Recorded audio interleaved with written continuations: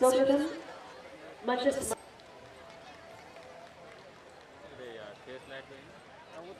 ખૂબ આભાર. માન્ય મંત્રી શ્રી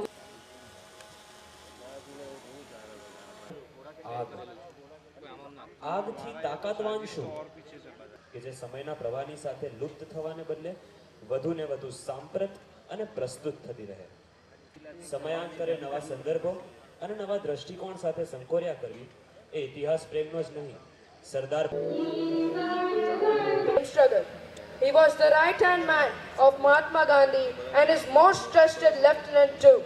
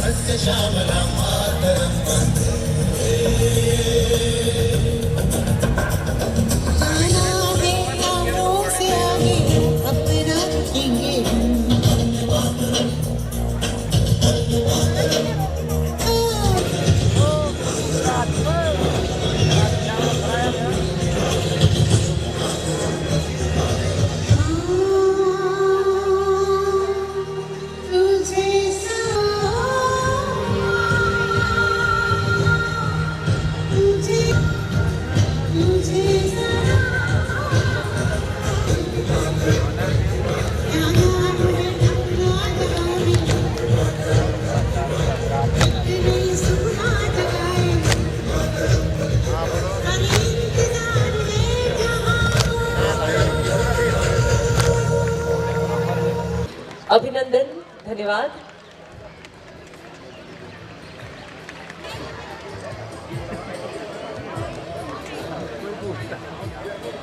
એ જ બાળકો દ્વારા આજે અહીંયા અનાવરણ from India, Sudha from Thailand.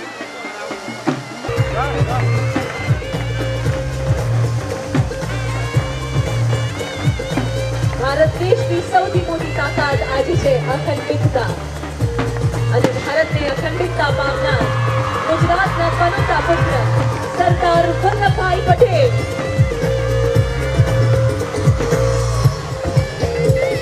આપણે ભારત માતાની જય જયકાર સાથે આજે અનાવરણના સાક્ષી બનીશું. બધા જ મારી સાથે ભારત માતા કી, ભારત માતા કી, ભારત માતા કી. આ બાળકો દ્વારા